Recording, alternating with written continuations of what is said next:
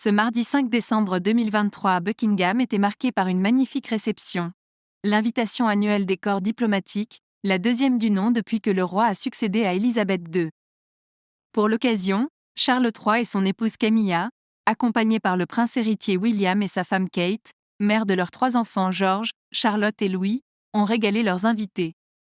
Par leur présence digne, aimable et concernée mais aussi par leur allure. Sur ce point, les regards se sont braqués sans surprise sur la princesse de Galles, absolument éblouissante, qu'importe si elle a porté sa tenue il y a quelques mois seulement. Sur la tête de la reine et la princesse, une tiare, façon de montrer à quel point les deux femmes sont unies. La première a choisi celui qu'Élisabeth II adorait, tandis que la seconde a porté un traditionnel diadème au nœud d'amour, que Lady Diana avait porté.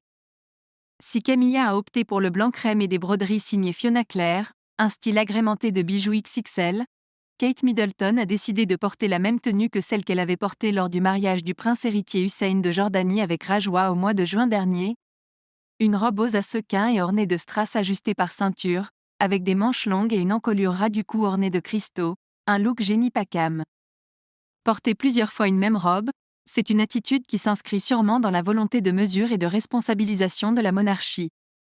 Tout sourire plus tôt dans la journée où elle a inauguré, en tailleur bleu roi, une nouvelle unité de chirurgie pour enfants dans un établissement londonien, elle semble assurée dans tous les contextes.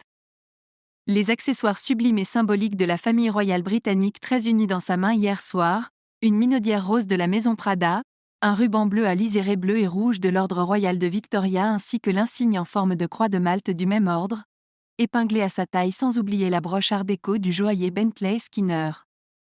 On soulignera aussi ces boucles d'oreilles chandelier Greville de Cartier que la reine-mère avait héritées au décès de la Margaret Greville. Et les hommes dans tout ça ? Pas facile de s'imposer face à ces tenues féminines éblouissantes, mais l'allure distinguée du roi et de son fils aîné suffisent, sans oublier leur décoration pleine de symboles. Charles III, en cravate blanche, portait le ruban de l'ordre de la Jarretière.